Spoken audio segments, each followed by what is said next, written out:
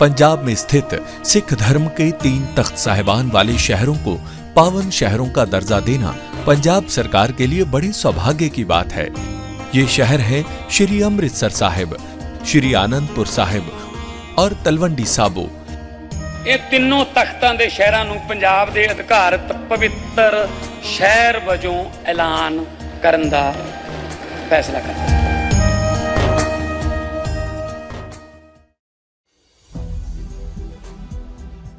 सरकार दावा करती चली आ रही है कि भारत आज दुनिया की चौथी सबसे बड़ी अर्थव्यवस्था बन चुका है। 2025 में भारत का सकल घरेलू उत्पाद लगभग 4.19 ट्रिलियन डॉलर तक पहुंच गया है, जो जापान को पीछे छोड़ के हासिल की गई एक बड़ी उपलब्धि है। लेकिन इस आर्थिक उन्नति के पीछे गंभीर संकट छिपा है, जो जल संकट है। इंदौर के भागीरथपुरा इलाके में दूषित पानी से कई लोगों की मौत हो गई है। अस्पतालों में मरीजों की संख्या बढ़ती जा रही है। प्रशासन ने न सिर्फ 4 मौतों की पुष्टि की है, लेकिन स्थानीय लोगों का कहना है कि ये संख्या 14 तक पहुंच सकती है। 200 से ज्यादा लोग अस्पताल में भर्ती है। वहीं ये घटना भारत में जल संकट की एक छोटी झलक है। नीति आयोग की 2018 की रिपोर्ट के अनुसार देश के तकरीबन 60 करोड़ लोग गंभीर जल संकट का जो है वो सामना कर रहे हैं।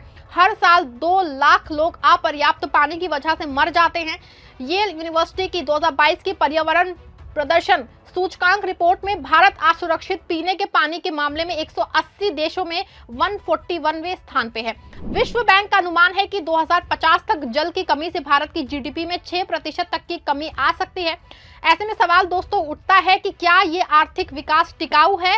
क्या सरकार इस संकट से निपटने के लिए तैयार है? बता रहे हैं आपको कि भारत में जल संकट, दूषित पानी, पानी की कमी और पानी की बर्बादी 3 मुख्य रूपों में दिखता है। वहीं ये समस्याएं ग्रामीण और शहरी दोनों क्षेत्रों में फैली हुई हैं। नीति आयोग की रिपोर्ट बताती है कि 2030 तक भारत में पानी की मांग उपलब्धता से 2 गुनी हो जाएगी। इसका असर जो है अर्थव्यवस्था, स्वास्थ्य और कृषि पे पड़ेगा। इंदौर जैसी घटनाएं हमें याद दिलाती हैं कि प्रशासनिक लापरवाही कितनी घातक हो सकती है। अब समय है कि हम इन संकट को समझें और समाधान की दिशा में कदम उठाएं। भारत में दूषित पानी की समस्या अब केवल गांव तक सीमित नहीं है, ये शहरों और कस्बों में भी फैल चुकी है। भारत का लगभग 70% पानी किसी न किसी रूप में प्रदूषित है। इंडिया वाटर पोर्टल की रिपोर्ट के अनुसार देश की 323 नदियों के 351 खंडों में जल की गुणवत्ता मानकों से नीचे है। इस प्रदूषित नदियों से जल जनित बीमारियां तेजी से फैल रही हैं। हर साल लगभग 3.77 करोड़ लोग पानी से फैलने वाली बीमारियों का शिकार होते हैं। डायरिया से लाखों बच्चों की मौत हो जाती है। इंडिया वाटर पोर्टल के अनुसार जल जनित बीमारियों से भारत को हर साल लगभग 600 मिलियन डॉलर का आर्थिक नुकसान होता है। कोलेरा, एक्यूट डायरिया और टाइफाइड जैसी बीमारियां पिछले कई सालों से 10,000 से ज्यादा मौतों का कारण बनी हैं। विशेषज्ञों का कहना है कि इस मुख्य कारण में पानी में जैविक प्रदूषण, बिना ट्रीटमेंट का सीवेज, औद्योगिक कचरा और कृषि से आने वाले रसायन हैं। बता दें आपको कि येल यूनिवर्सिटी की रिपोर्ट में भारत असुरक्षित पीने के पानी के सूचकांक में 141वें स्थान पे है। विश्व बैंक के अनुसार जल प्रदूषण से भारत की जीडीपी को लगभग 3% का नुकसान हो रहा है। स्वास्थ्य सेवाओं पे खर्च बढ़ रहा है, कृषि उत्पादकता घट रही है और मत्स्य पालन तथा पर्यटन जैसे क्षेत्र प्रभावित हो रहे हैं। इंदौर की घटना इसका जीता जागता उदाहरण है, जहां दूषित पानी से कई मौतें हुई हैं। प्रशासन की लापरवाही से सीवेज लाइन का पानी पीने के में मिल गया है, जिससे कि डायरिया और उल्टी की शिकायतें बढ़ी हैं।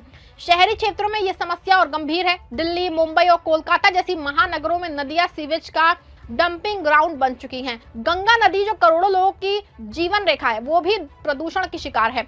नमामि गंगे योजना के जो है बावजूद कई हिस्सों में पानी की गुणवत्ता में सुधार नहीं हुआ है।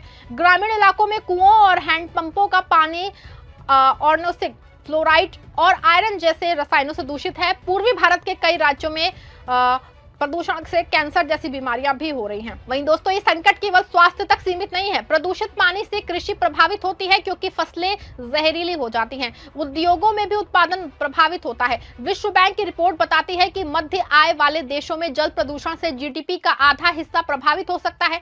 भारत जैसे देश में जहां 70% पानी दूषित है, यह एक बड़ी चुनौती है। भारत दुनिया में सबसे ज्यादा भूजल निकालने वाला देश है। केंद्रीय भूजल बोर्ड की 2023 की रिपोर्ट के अनुसार पंजाब पंजाब में भूजल का दोहन 156% है, जो सबसे अधिक है। राजस्थान में 147% और हरियाणा में 133% दोहन दर्ज किया गया है। उत्तर प्रदेश के पश्चिमी इलाके में भूजल स्तर 20 मीटर से नीचे चला गया है।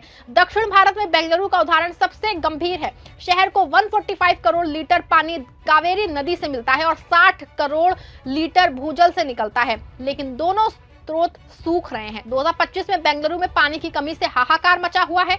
मौसम विभाग का अनुमान है कि शहर का तापमान असामान्य रूप से बढ़ रहा है, जिससे कि वाष्पीकरण बढ़ता है, बोरवेल सूख रहे हैं और पीने का पानी मिलना जो है मुश्किल ही हो गया है। नीति आयोग की रिपोर्ट बताती है 2030 तक पानी की मांग उपलब्धता से 2 गुनी हो जाएगी। इसका मतलब है कि बड़ी आबादी को पानी के लिए संघर्ष करना पड़ेगा।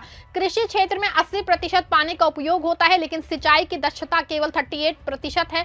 बाढ़ और सूखे की घटनाएं बढ़ रही हैं, जो जल स्रोतों को और कमजोर कर रही हैं। शहरीकरण भी एक बड़ा उदाहरण है। शहरों में कंक्रीट के जंगल ने वर्षा जल के रिचार्ज को रोक दिया है। झीलें और तालाब सूख रहे हैं या अतिक्रमण का शिकार हो रहे हैं। बेंगलुरु में 79% झीलें प्रदूषित हैं या सूख चुकी हैं। विश्व बैंक का अनुमान है कि 2050 तक जल की कमी से भारत की जीडीपी 6% तक कम हो सकती है। किसानों के लिए खेती करना मुश्किल होगा, जिससे खाद्य उत्पादन प्रभावित होगा। टेक्सटाइल और थर्मल पावर जैसे उद्योग, जहां पानी की जरूरत ज्यादा भी है, वो भी प्रभावित होंगे। आपको बता दें कि भारत की नदियां प्रदूषण की शिकार हैं। केंद्रीय प्रदूषण नियंत्रण बोर्ड की रिपोर्ट में 323 नदियों के 351 खंड प्रदूषित पाए गए हैं, जिसमें गंगा, यमुना और गोदावरी जैसी नदियां सबसे ज्यादा प्रभावित हैं। औद्योगिक कचरा, सीवेज और कृषि रसायन नदियों में बहाए जा रहे हैं। प्रदूषण से जन-जनित बीमारियां फैल रही हैं। विश्व स्वास्थ्य संगठन के अनुसार भारत में हर साल 40 लाख से ज्यादा लोग जल जनित बीमारियों से प्रभावित होते हैं। डायरिया से 4 लाख बच्चों की मौत होती है। इंदौर की घटना में सीवेज का पानी पीने के जो है मिलने से कोलेरा जैसी बीमारियां फैली हैं। प्रदूषण का आर्थिक प्रभाव भी बड़ा है। विश्व बैंक की रिपोर्ट में जल प्रदूषण से जीडीपी का 3% नुकसान बताया गया है। स्वास्थ्य खर्च बढ़ता है, कृषि उत्पादकता घटती है, मत्स्य पालन प्रभावित होता है क्योंकि मछलियां जहरीली हो जाती हैं। पर्यटन भी प्रभावित होता है क्योंकि प्रदूषित नदियां आकर्षण खो देती हैं। भारत की अर्थव्यवस्था तेजी से बढ़ रही है, लेकिन जल संकट इस पे ब्रेक लगा सकता है। विश्व बैंक का अनुमान है कि 2050 तक जल की कमी से जीडीपी में 6% की कमी आ सकती है। कृषि जो 18% जीडीपी का हिस्सा है, सबसे ज्यादा प्रभावित होगा। पानी की कमी से फसल उत्पादन घटेगा, जिससे खाद महंगी हो जाएगी। वो पानी की कमी से उद्योग भी प्रभावित होगा। दोस्तों, आपको बता दें कि जानकारी के लिए बता दें कि थर्मल पावर प्लांट में 70% पानी की जरूरत होती है। 2030 तक 70% थर्मल प्लांट जल संकट का सामना करेंगे। टेक्सटाइल और चमड़ा उद्योगों में पानी की कमी से उत्पादन रुक सकता है। स्वास्थ्य प्रभाव से श्रम उत्पादकता घटेगी। जल जनित बीमारियों से $600 मिलियन का सालाना नुकसान होगा। शहरीकरण से पानी मांग बढ़ रही है। बेंगलुरु जैसे आईटी हब में पानी की कमी से व्यवसाय प्रभावित हो रहे हैं। कर्मचारी उत्पादकता घटती है। विश्व बैंक की रिपोर्ट में कहा गया है कि जल प्रदूषण से जीडीपी का 1/3 हिस्सा प्रभावित हो सकता है। कुल मिलाकर जल संकट आर्थिक विकास को पटरी से उतार सकता है। बता दें आपको, सरकार जल संकट से अवगत है और कई योजनाएं चला रही है। जल शक्ति अभियान, जल जीवन मिशन, अटल भूजल योजना, अमृत सरोवर, नल से जल स्कीम, नमामि गंगे और राष्ट्रीय जल नीति प्रमुख है। जल जीवन मिशन 2019 में शुरू हुआ। इसका लक्ष्य 2024 तक हर ग्रामीण घर में नल से जल पहुंचाना था और 2025 तक 80% घरों में पहुंच गया है। बजट में 67,000 करोड़ रुपए का आवंटन है। ये योजना ग्रामीण महिलाओं को पानी लाने के बोझ से मुक्त करती है। आपको बता दें कि भारत का जल संकट गंभीर है, लेकिन समाधान संभव है। सरकार को योजनाओं को मजबूत करना चाहिए, समुदाय भागीदारी बढ़ानी चाहिए। आर्थिक विकास टिकाऊ बनाने के लिए जल संरक्षण प्राथमिकता होनी चाहिए। इंदौर जैसी घटनाएं चेतावनी है। अगर हम अभी नहीं संभले तो 2050 तक संकट और गहरा होगा। हर नागरिक की जिम्मेदारी है कि पानी बचाएं, तभी हम विकसित भारत का सपना साकार कर पाएंगे। इस खबर पे आपकी क्या राय है, कमेंट में जरूर बताइएगा। खबर को लाइक और शेयर भी करिएगा।